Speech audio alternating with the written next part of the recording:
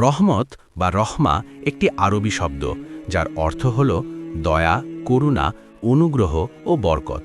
ইসলামী পরিভাষায় রহমত বলতে বোঝায় মহান আল্লাহ তাআলার সেই বিশেষ অনুগ্রহ যার মাধ্যমে বান্দার জাগতিক ও পারলৌকিক জীবনে শান্তি, নিরাপত্তা ও কল্যাণ নেমে আসে। মানুষের জীবনের একটি বড় অংশ কাটে তার নিজ গৃহে। কোরআন মাজিদে আল্লাহ তাআলা ঘরকে সাকিনা বা প্রশান্তির জায়গা হিসাবে উল্লেখ করেছেন। আল্লাহ বলেন, আল্লাহ তোমাদের গৃহকে করেন তোমাদের জন্য আবাসস্থল বা প্রশান্তির নীড়। সূরা নাহল ৮০। একটি ঘর শুধু ইট, কাঠ ও পাথরের তৈরি কোনো ইমারত নয়, বরং এটি হল ভালোবাসা, সম্মান ও ইবাদতের একটি কেন্দ্র। যখন কোনো ঘরে আল্লাহর রহমত নাজিল হয়, তখন সেই ঘরের পরিবেশ সম্পূর্ণ বদলে যায়। সেখানে সম্পদের প্রাচুর্য থাক বা না থাক, অন্তরের প্রশান্তি থাকে। নিচে সেই ৭টি সুস্পষ্ট লক্ষণের বিস্তারিত আলোচনা করা হলো, যা দেখলে বোঝা যায় যে ওই ঘরে আল্লাহর বিশেষ রহমত ও বরকত প্রবেশ করেছে। যে ঘরে আল্লাহর রহমত থাকে, সেই ঘরের প্রথম এবং প্রধান লক্ষণ হল পরিবারের সদস্যদের মাঝে গভীর ভালোবাসা, মায়া, মমতা এবং একে অপরের প্রতি শ্রদ্ধাবোধ। স্বামী স্ত্রীর সম্পর্ক হল একটি পরিবারের মূল ভিত্তি। কোরআনে আল্লাহ বলেছেন, আর তার নিদর্শনাবলীর মধ্যে রয়েছে যে তিনি তোমাদের জন্য তোমাদের মধ্য থেকেই সৃষ্টি করেছেন তোমাদের সঙ্গিনীদেরকে, যাতে তোমরা তাদের কাছে প্রশান্তি লাভ করো, এবং তিনি তোমাদের মধ্যে পারস্পরিক ভালোবাসা ও দয়া সৃষ্টি করেছেন। সূরা রুম ২১। যে ঘরে রহমত থাকে, সেখানে স্বামী স্ত্রী একে অপরের প্রতি সম্মান প্রদর্শন করে। তাদের মাঝে মতানৈক্য হলেও তা ঝগড়া বা সংঘাতে রূপ নেয় না।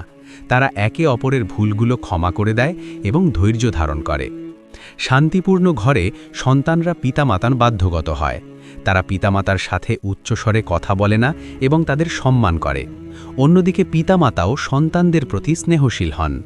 রাসূলুল্লাহ সাল্লাল্লাহু আলাইহি ওয়াসাল্লাম বলেছেন, যে ব্যক্তি আমাদের ছোটদের স্নেহ করে না এবং বড়দের সম্মান করে না, সে আমাদের দলভুক্ত নয়। সুনান আবু দাউদ সুন্নি। যে ঘরে সারাক্ষণ ঝগড়া, গালিগালাজ এবং চিৎকার চেঁচামেচি হয়, সেখান থেকে রহমতের ফেরেশতারা বিদায় নেয়। রহমতপূর্ণ ঘরে মানুষ নিজের রাগকে নিয়ন্ত্রণ করতে শেখে। শয়তান সবসময় চায় স্বামী স্ত্রী ও ভাই ভাইয়ের মাঝে বিভেদ সৃষ্টি করতে, কিন্তু আল্লাহর রহমত শয়তানের এই চক্রান্তকে ব্যর্থ করে দেয়।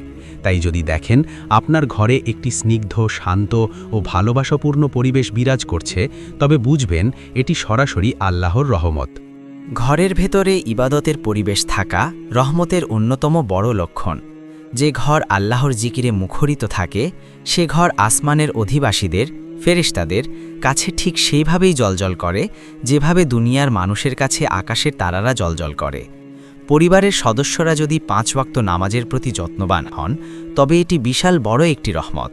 বিশেষ করে পুরুষরা মসজিদে গিয়ে জামাতের সাথে নামাজ আদায় করা এবং নারীরা ঘরের ভেতর ওয়াক্তমতো নামাজ পড়ে নেওয়া। রাসূলুল্লাহ সাল্লাল্লাহু আলাইহি ওয়াসাল্লাম বলেছেন, তোমরা তোমাদের ঘরগুলোকে কবরস্থানে পরিণত করো না। তোমাদের কিছু নামাজ, সুন্নত ও নফল ঘরে আদায় করো। সহিহ বুখারী। যে ঘরে নিয়মিত কোরআন তেলাওয়াত হয়, সে ঘরে রহমতের ফেরেশতারা ভিড় জমায় এবং শয়তান সেই ঘর থেকে পালিয়ে যায়। বিশেষ করে সূরা আল বাকারা পড়ার কথা হাদিসে বিশেষভাবে এসেছে। রাসূল সাল্লাল্লাহু আলাইহি ওয়াসাল্লাম বলেছেন, তোমরা নিজেদের ঘরকে কবর বানিও না। নিশ্চয়ই শয়তান সেই ঘর থেকে পলায়ন করে যে ঘরে সূরা বাকারা তেলাওয়াত করা হয়। সহিহ মুসলিম। গভীর রাতে যখন পরিবারের কেউ উঠে তাহাজ্জুদের নামাজ আদায় করেন এবং আল্লাহর কাছে কান্নাকাটি করেন, তখন সেই ঘরের ওপর আল্লাহর রহমত বৃষ্টির মতো ঝরতে থাকে। হাদিসে এসেছে, আল্লাহ সেই স্বামী স্ত্রীর ওপর রহম করেন যারা নিজেরা রাতে উঠে তাহাজ্জুদ পড়ে এবং একে অপরকে ঘুম থেকে জাগিয়ে দেয়। আমাদের সমাজে অনেকেই মনে করেন অনেক বেশি টাকা পয়সা থাকাই বুঝি রহমত, কিন্তু ইসলামী দৃষ্টিকোণ থেকে সম্পদের প্রাচুর্য নয়, বরং রিজিকে বরকত এবং অল্পে তুষ্টি হল প্রকৃত রহমত। বরকত মানে হল অল্প জিনিসে বেশি কল্যাণ লাভ করা। ধরুন একটি পরিবারে মাসিক আয় খুব বেশি নয়, কিন্তু সেই আয়ে তাদের সুন্দরভাবে মাস চলে যাচ্ছে। কেউ বড় কোনো অসুখে পড়ছে না, ঋণগ্রস্ত হচ্ছে না, এটাই হলো বরকত। আবার অনেকের লাখ লাখ টাকা আয়, কিন্তু ঘরে শান্তি নেই, বড় বড় অসুখে টাকা চলে যাচ্ছে, তার মানে সেখানে বরকত নেই। যে ঘরে হারাম অর্থের প্রবেশ নেই, সেই ঘরে আল্লাহর রহমত নিশ্চিত। হারাম উপার্জনে গড়া শরীর কখনো জান্নাতে যাবে না। যখন পরিবারের কর্তা হালাল উপার্জনের জন্য হাড় ভাঙা খাটুনি খাটেন এবং পরিবার তাতেই সন্তুষ্ট থাকে, তখন সেই ঘরে আল্লাহ বিশেষ প্রশান্তি দান করেন। রাসূলুল্লাহ সাল্লাল্লাহু আলাইহি ওয়াসাল্লাম বলেছেন, তোমরা একসাথে বসে খাবার খাও এবং খাবারের শুরুতে বিসমিল্লাহ বলো, এতে তোমাদের খাবারে বরকত দেওয়া হবে। সুনান আবু দাউদ। যে ঘরে খাবার অপচয় হয় না, খাবারের শুরুতে আল্লাহর নাম নেওয়া হয় এবং পরিবারের সবাই মিলে দস্তরখানে বসে খাবার খায়, সেখানে রহমত নেমে আসে। অনেক মানুষ ঘরে মেহমান আসলে বিরক্ত বোধ করেন, কিন্তু ইসলামে মেহমানকে রহমতের প্রতীক হিসেবে ধরা হয়। ইসলামী বিশ্বাস অনুযায়ী মেহমান কখনোই গৃহস্থের রিজিক কমিয়ে দেয় না, বরং সে তার নিজের রিজিক নিয়ে আসে এবং যাওয়ার সময় গৃহস্থের পরিবারের গুনাহগুলো অর্থাৎ সগীরা গুনাহ নিয়ে যায় বা মাফ করানোর উশিলা হয়। হজরত ইব্রাহিম আলাইসাল্লাম মেহমান ছাড়া খাবার খেতেন না। মেহমানদারি করা নবীদের সুন্নত। যে ঘরে বেশি মেহমান আসে এবং মেহমানদের হাসি মুখে আপ্যায়ন করা হয়, বুঝতে হবে আল্লাহ সেই ঘরকে পছন্দ করেছেন দেখেই সেখানে তার বান্দাদের পাঠিয়েছেন। মেহমানদারি মানুষের অন্তর থেকে কৃপণতা ও স্বার্থপরতা দূর করে দেয়। যদি দেখেন আপনার পরিবারের সদস্যরা মেহমান আসলে খুশি হয় এবং নিজেদের সাধ্যমতো তাদের আপ্যায়ন করে, তবে এটি নিশ্চিতভাবেই ঘরে আল্লাহ রহমত থাকার একটি জ্বলন্ত প্রমাণ। জীবন মানেই পরীক্ষা। পৃথিবীতে এমন কোনো ঘর নেই যেখানে বিপদ বা অসুখ আসে না, তবে রহমতপ্রাপ্ত পরিবারের চিত্রটি একটু ভিন্ন হয়। যে ঘরে রহমত থাকে, আল্লাহ সেই ঘরকে বড় ধরনের দুর্ঘটনা, অপমৃত্যু এবং মারাত্মক দুরারোগ্য ব্যাধি থেকে রক্ষা করেন। তারা আল্লাহর বিশেষ নিরাপত্তায় হেফাজতে থাকে। রহমত মানে এই নয় যে জীবনে কোনো কষ্টই আসবে না, বরং রহমত হল কষ্টের সময় ধৈর্য ধারণ করার শক্তি পাওয়া। যখন রহমতপ্রাপ্ত কোনো পরিবারে বিপদ আসে, তখন তারা হাহুতাশ করে না, আল্লাহর প্রতি অভিযোগ করে না, বরং তারা বলে ইন্না লিল্লাহি ওয়া ইন্না ইলাইহি রাজিউন, অর্থাৎ নিশ্চয়ই আমরা আল্লাহর জন্য এবং তার কাছেই ফিরে যাব। হাদিসে আছে, মুমিনের গায়ে একটি কাঁটা বিঁধলেও তার বিনিময়ে আল্লাহ তার গুনাহ মাফ করে দেন। তাই রহমতপূর্ণ ঘরে ছোটখাটো রোগব্যাধি এলে তারা এটিকে গুনাহ মাফের উশিলা মনে করে এবং আল্লাহর কাছে দ্রুত সুস্থতা কামনা করে। ইসলামের আগমনের আগে কন্যা সন্তানকে বোঝা মনে করা হতো, কিন্তু ইসলাম কন্যা সন্তানকে রহমত ও জান্নাতে যাওয়ার মাধ্যম হিসেবে ঘোষণা করেছে। যে ঘরে কন্যা সন্তান জন্ম নেয়, আল্লাহ সেই ঘরের ওপর রহমত নাজিল করেন। রাসূলুল্লাহ সাল্লাল্লাহু আলাইহি ওয়াসাল্লাম বলেছেন, যে ব্যক্তির 3টি কন্যা সন্তান বা বোন আছে আর সে তাদের সাথে উত্তম আচরণ করে এবং তাদের সঠিকভাবে লালন পালন করে, তার জন্য জান্নাত ওয়াজিব হয়ে যায়। সুনান আত-তিরমিজি। যদি দেখেন আপনার ঘরে কন্যা সন্তান এসেছে এবং পরিবারের সবাই এতে অত্যন্ত খুশি, তবে বুঝবেন আল্লাহ আপনার ঘরের রহমতের দরজা খুলে দিয়েছেন। যে ঘরে নারীদের অর্থাৎ মা, বোন, স্ত্রী ও মেয়েকে সম্মান করা হয় না, সেই ঘরে আল্লাহর রহমত থাকতে পারে না। রাসূলুল্লাহ সাল্লাল্লাহু আলাইহি ওয়াসাল্লাম বলেছেন, তোমাদের মধ্যে সেই ব্যক্তি সর্বোত্তম যে তার পরিবারের অর্থাৎ স্ত্রীর সর্বোত্তম। যে ঘরে মা বাবার সেবা করা হয় এবং স্ত্রীর ন্যায্য অধিকার পূর্ণাঙ্গ রূপে আদায় করা হয়, সেখানে আল্লাহর রহমত সর্বদা বিরাজ করে। রহমতের ফেরেশতারা পবিত্রতা ও সুন্নার অনুসারী ঘরে প্রবেশ করতে ভালোবাসে। যে ঘরে কুকুর এবং প্রাণীর ছবি বা মূর্তি থাকে, সেখানে রহমতের ফেরেশতা প্রবেশ করে না। সহিহ বুখারী। এছাড়া যে ঘরে গান বাজনা, বাদ্যযন্ত্রের চর্চা এবং বেপর্দা পরিবেশ থাকে, সেখান থেকেও রহমত উঠে যায়। যদি আপনার ঘরটি এসব হারাম কাজ থেকে মুক্ত থাকে, তবে এটি রহমত থাকার বড় প্রমাণ। রাসূলুল্লাহ সাল্লাল্লাহু আলাইহি ওয়াসাল্লাম আনাসকে উপদেশ দিয়েছিলেন, হে বৎস, তুমি যখন তোমার ঘরে প্রবেশ করবে তখন সালাম দেবে, এতে তোমার এবং তোমার ঘরের মানুষের জন্য বরকত হবে। সুনান আত-তিরমিজি। যে ঘরের লোকেরা ঘরে ঢোকার সময় এবং বের হওয়ার সময় সালামের আদান প্রদান করে, সে ঘরে শয়তান থাকতে পারে না। সুন্নার অন্যতম একটি দিক হল পরিবারের যে কোনো বড় সিদ্ধান্তে একে অপরের সাথে পরামর্শ করা। যে পরিবারে একনায়কতন্ত্রের বদলে সবার মতামতের গুরুত্ব দেওয়া হয় এবং সুন্নাহ মোতাবেক জীবন পরিচালনা করা হয়, সেই পরিবারের ওপর আল্লাহর রহমত বর্ষিত হয়। একজন মানুষ সারা দিনের কর্মব্যস্ততা, ক্লান্তি এবং দুনিয়ার হাজারো ঝামেলার পর নিজের ঘরে ফিরে আসে একটু প্রশান্তি খোঁজার জন্যে। কিন্তু সেই ঘরে যদি আল্লাহর রহমত না থাকে, তবে তা পরিণত হয় জাহান্নামের টুকরোয়। সেখানে থাকে শুধু অশান্তি, অভাব, রোগশোক এবং কলহ। অন্যদিকে যে ঘরে আল্লাহর রহমত বর্ষিত হয়, সে ঘর দুনিয়াতেই জান্নাতের প্রতিচ্ছবি হয়ে ওঠে। ঘরের রহমত ও বরকত কোনো জাদুর মাধ্যমে আসে না, বরং এর জন্যে পরিবারের প্রতিটি সদস্যকে কিছু সুনির্দিষ্ট আমল ও জীবন পদ্ধতি অনুসরণ করতে হয়। নিচে ঘরের রহমত আনার সেই কার্যকরী আমলগুলোর অত্যন্ত বিশদ ও গভীর আলোচনা করা হলো। ঘরে রহমত আসার সবচেয়ে বড় শর্ত হল সেই ঘরকে আল্লাহর শ্রমণে বা জিকিরে জীবন্ত রাখা। যে ঘরে আল্লাহর ইবাদত হয় না, সেই ঘর মৃত। ঘরে কোরআন তিলাওয়াতের সংস্কৃতি গড়ে তোলা। কোরআন হল রহমতের সবচেয়ে বড় উৎস। যে ঘরে কোরআন পড়া হয়, সে ঘর আসমানের অধিবাসীদের কাছে ঠিক সেভাবেই উজ্জ্বল হয়ে থাকে, যেভাবে দুনিয়াবাসীর কাছে আকাশের তারকারাজি উজ্জ্বল হয়ে থাকে। রাসূলুল্লাহ সাল্লাল্লাহু আলাইহি ওয়াসাল্লাম বলেছেন, তোমরা তোমাদের ঘরগুলোকে গোরস্থানে পরিণত করো না।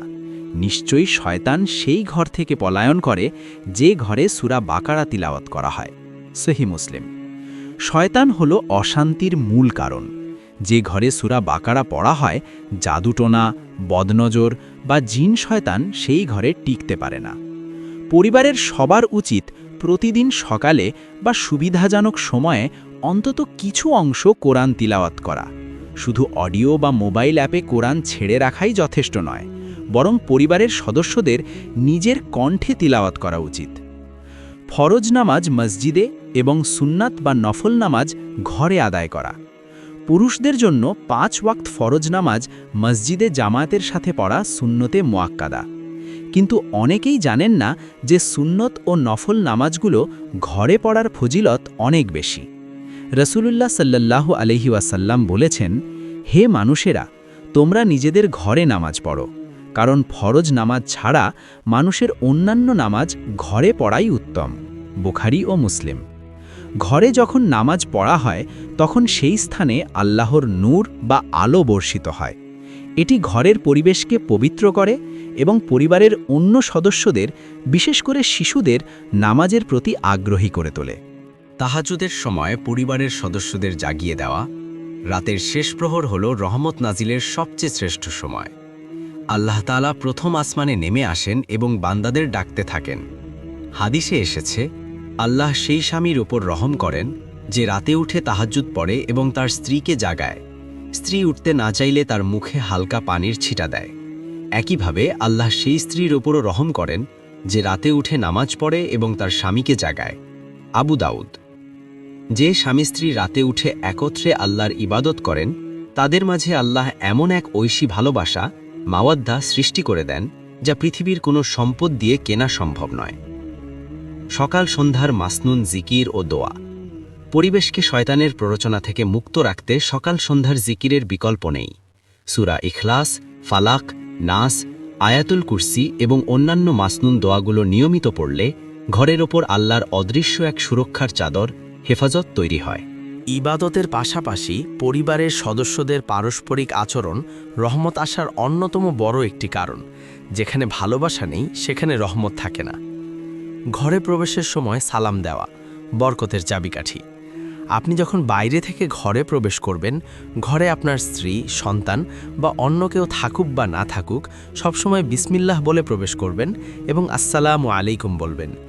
রাসূলুল্লাহ সাল্লাল্লাহু আলাইহি ওয়াসাল্লাম আনাস রাদিয়াল্লাহু আনহুকে বলেছিলেন, হে বৎস, তুমি যখন তোমার ঘরে প্রবেশ করবে তখন সালাম দেবে, এতে তোমার এবং তোমার ঘরের মানুষের জন্য বরকত হবে। তিরমিজি। হাদিসে আরও এসেছে, যখন কোনো ব্যক্তি বিসমিল্লাহ বলে ঘরে ঢোকে এবং সালাম দেয়, তখন শয়তান তার সঙ্গীদের বলে, আজ এই ঘরে তোমাদের রাত কাটানোর কোনো জায়গা নেই। আর যে সালাম ছাড়া ঢোকে, শয়তান তখন তার সঙ্গীদের নিয়ে সেই ঘরে প্রবেশ করে এবং অশান্তি সৃষ্টি করে। স্বামী স্ত্রীর মাঝে গভীর ভালোবাসা ও সম্মান। একটি পরিবারের মূল ভিত্তি হল স্বামী স্ত্রী। তাদের মাঝে সম্পর্ক কেমন, তার উপর নির্ভর করে ঘরের রহমত। রাসূলুল্লাহ সাল্লাল্লাহু আলাইহি ওয়াসাল্লাম বলেছেন, তোমাদের মধ্যে সেই ব্যক্তি সর্বোত্তম যে তার পরিবারের স্ত্রীর কাছে সর্বোত্তম।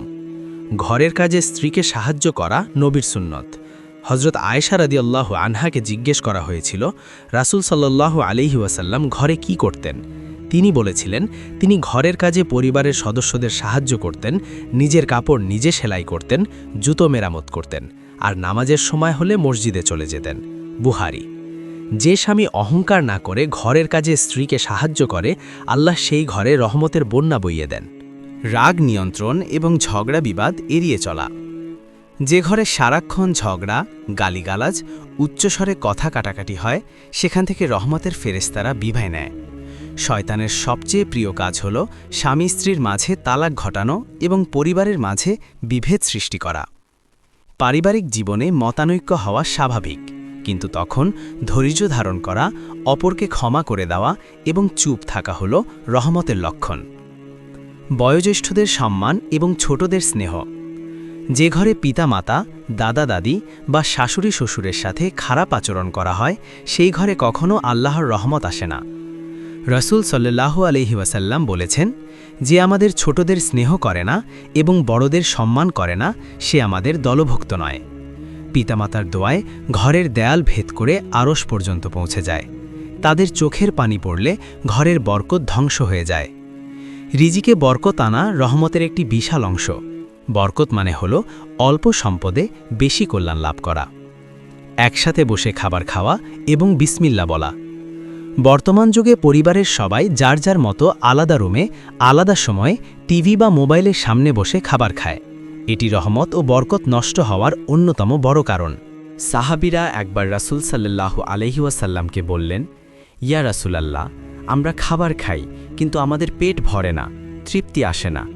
রাসূল সাল্লাল্লাহু আলাইহি ওয়াসাল্লাম বললেন, তোমরা হয়তো আলাদা আলাদা খাও? তারা বললেন, হ্যাঁ। তখন তিনি বললেন, তোমরা একসাথে বসে খাবার খাও এবং খাবারের শুরুতে বিসমিল্লাহ বলো, এতে তোমাদের খাবারে বরকত দেওয়া হবে। আবু দাউদ।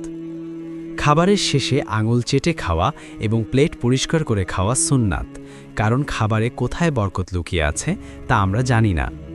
কঠোরভাবে হালাল উপার্জন নিশ্চিত করা। যে ঘরে হারাম অর্থের প্রবেশ ঘটে, সেই ঘর থেকে আল্লাহর রহমত চিরতরে উঠে যায়।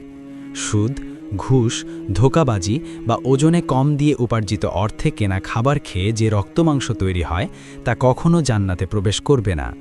সালাফ আস সালেহিন অর্থাৎ পূর্বসূরি নেককার মানুষ যখন কাজের সন্ধানে বের হতেন, তখন তাদের স্ত্রীরা বলতেন, আপনারা উপার্জনের ক্ষেত্রে আল্লাহকে ভয় করবেন। আমরা ক্ষুধার কষ্ট সহ্য করতে পারব, কিন্তু জাহান্নামের আগুনের কষ্ট সহ্য করতে পারব না। পরিবারের কর্তা যদি হালাল আয়ে অল্প টাকাও আনেন, আল্লাহ তাতে এমন বরকত দেন যা দিয়ে সুন্দরভাবে মাস চলে যায় এবং বড় বড় বিপদ অসুখ থেকে পরিবার রক্ষা পায়। আল্লাহ তাআলা কোরআনে বলেছেন, নিশ্চয়ই অপচয়কারীরা শয়তানের ভাই। সূরা বনী ইসরাইল ২৭। খাবার নষ্ট করা, অপ্রয়োজনে বিদ্যুৎ, পানি বা গ্যাসের অপচয় করা এবং বিলাসিতার পেছনে অঢল টাকা উড়ানো রহমত নষ্ট করে দেয়। যে পরিবার অল্পে তুষ্ট থাকে এবং অপচয় করে না, আল্লাহ তাদের কখনোই অন্যের মুখাপেক্ষী করেন না। ঘরে দান সাদাকার অভ্যাস করে তোলা। সাদাকা বা দান খয়রাত আল্লাহ রাগকে নিভিয়ে দেয় এবং বালা মুসিবত দূর করে। ঘরে একটি ছোট সাদাকা বক্স রাখা যেতে পারে। প্রতিদিন সকালে পরিবারের সদস্যরা, এমনকি শিশুরাও সেখানে কিছু খুচরো পয়সা বা টাকা রাখবে। মাস শেষে তা গরিবদের দিয়ে দেবে। এই সামান্য আমলটি ঘরের ওপর আসা বড় বড় রোগব্যাধি ও দুর্ঘটনাকে ফিরিয়ে দেয়। ইসলাম শুধু ব্যক্তি বা চার দেয়ালের ধর্ম নয়, এটি সমাজ ও মানুষের সাথে সম্পর্কেরও ধর্ম। হাসি মুখে মেহমানদারি করা। মেহমানকে বোঝা মনে করলে রহমত চলে যায়। ইসলামে মেহমানদারি করাকে ঈমানের আলামত বলা হয়েছে। রাসূলুল্লাহ সাল্লাল্লাহু আলাইহি ওয়াসাল্লাম বলেছেন, যে ব্যক্তি আল্লাহ ও শেষ দিনের প্রতি ঈমান রাখে, সে যেন তার মেহমানকে সম্মান করে। বুখারী। হজরত ইব্রাহিম আলাইহিসসালাম মেহমান ছাড়া খাবার খেতেন না। মেহমান যখন ঘরে আসে, তখন সে তার নিজের রিজিক নিয়েই আসে, আর যখন সে তৃপ্ত হয়ে ফিরে যায়, তখন আল্লাহর ইচ্ছায় ওই ঘরের মানুষের সাগিরা গুনাহগুলো মাফ হয়ে যায়। মেহমানদারি কৃপণতা দূর করে এবং রিজিকে বরকত বাড়ায়। যে পরিবার আত্মীয় স্বজনের সাথে সম্পর্ক ছিন্ন করে, তাদের ওপর আল্লাহর লানত বর্ষিত হয়। রাসূলুল্লাহ সাল্লাল্লাহু আলাইহি ওয়াসাল্লাম বলেছেন, যে ব্যক্তি চায় যে তার রিজিক বৃদ্ধি পাক এবং তার হায়াত বা বয়স দীর্ঘ হোক, সে যেন তার আত্মীয়দের সাথে সুসম্পর্ক বজায় রাখে। বুখারী। ভাই বোন, চাচা মামা, খালা ফুফু এদের সাথে নিয়মিত খোঁজ খবর নেওয়া, তাদের বিপদে পাশে দাঁড়ানো এবং উপহার আদান প্রদান করা ঘরের রহমত বহুগুণ বাড়িয়ে দেয়। রহমতের ফেরেশতারা অত্যন্ত পবিত্র এবং সংবেদনশীল। যে ঘরে অপবিত্রতা এবং গুনাহের কাজ হয়, তারা সে ঘর বয়কট করে। পরিবারের সদস্যদের উচিত সবসময় পবিত্র থাকার চেষ্টা করা। স্বামী স্ত্রীর মিলনের পর দ্রুত ফরজ গোসল সম্পন্ন করা উচিত। বিনা কারণে অপবিত্র অবস্থায় ঘুরে বেড়ালে ফেরেশতারা কাছে আসে না। ঘরবাড়ি, টয়লেট, রান্নাঘর এবং বিছানাপত্র সবসময় পরিষ্কার পরিচ্ছন্ন রাখতে হবে। দুর্গন্ধযুক্ত স্থানে শয়তানের আনাগোনা বাড়ে। ঘরে সুগন্ধি যেমন আতর, লোবান বা হালাল এয়ার ফ্রেশনার ব্যবহার করা ফেরেশতাদের আকৃষ্ট করে। প্রাণী বা মানুষের ছবি এবং মূর্তি থেকে ঘর মুক্ত রাখা। ইসলামী শরীয়ত অনুযায়ী যে ঘরে কোনো প্রাণের ছবি প্রদর্শনীর জন্য টাঙানো বা মূর্তি থাকে এবং যে ঘরে শখ করে কুকুর পালা হয়, সেই ঘরে রহমতের ফেরেশতা প্রবেশ করে না। সহিহ বুখারী। পারিবারিক ছবি অ্যালবামে বা ডিজিটাল ডিভাইসে রাখা যেতে পারে, কিন্তু দেয়ালে টাঙিয়ে প্রদর্শন করা থেকে বিরত থাকতে হবে। কুকুর কেবল পাহারাদারি বা শিকারের প্রয়োজনে বাইরে রাখা যাবে। ঘরের ভেতর শখ করে রাখা সম্পূর্ণ নিষেধ। গান বাজনা এবং অশ্লীলতা বর্জন করা। যে ঘরে সারাদিন উচ্চ শব্দে গান বাজনা চলে, সিরিয়াল বা সিনেমার নামে পরকীয়া ও অশ্লীলতা দেখা হয়, সেই ঘর থেকে কুরআনের নূর এবং আল্লাহর রহমত উঠে যায়। গান বাজনা অন্তরে নিফাক সৃষ্টি করে। এর বদলে ঘরে কুরআন তেলাওয়াত, ইসলামী বয়ান বা শিক্ষামূলক আলোচনার পরিবেশ তৈরি করতে হবে। কন্যা সন্তানকে রহমত মনে করায় ইসলাম কন্যা সন্তানকে রহমতের প্রতীক হিসেবে আখ্যায়িত করেছে। জাহিলি যুগে কন্যা সন্তান জন্ম নিলে মানুষ হতাশ হতো, কিন্তু ইসলাম এই ধারণাকে পাল্টে দিয়েছে। রাসূলুল্লাহ সাল্লাল্লাহু আলাইহি ওয়াসাল্লাম বলেছেন, যে ব্যক্তির 3টি বা 2টি কন্যা সন্তান আছে আর সে তাদের সাথে উত্তম আচরণ করে, তাদের ভালোভাবে লালন পালন করে এবং বিয়ে দেয়, তার জন্য জান্নাত ওয়াজিব হয়ে যায়। যে পরিবারে কন্যা সন্তান আছে এবং পরিবার এতে সন্তুষ্ট, বুঝতে হবে স্বয়ং আল্লাহ সেই ঘরকে রহমতের চাদরে আবৃত করে রেখেছেন। মায়ের পায়ের নিচে সন্তানের জান্নাত। যে ঘরে বৃদ্ধা মা আছেন এবং সন্তানরা তার সেবা যত্ন করে, সেই ঘরের দরজা দিয়ে জান্নাতের সুবাতাস বইতে থাকে। পাশাপাশি স্ত্রীর মহরানা আদায় করা, তার থাকা, খাওয়া ও চিকিৎসার সম্মানজনক ব্যবস্থা করা স্বামীর নৈতিক ও ধর্মীয় দায়িত্ব। যে ঘরে নারীরা সুরক্ষিত ও সম্মানিত বোধ করেন, সেই ঘরে আল্লাহর রহমত বর্ষিত হতে বাধ্য।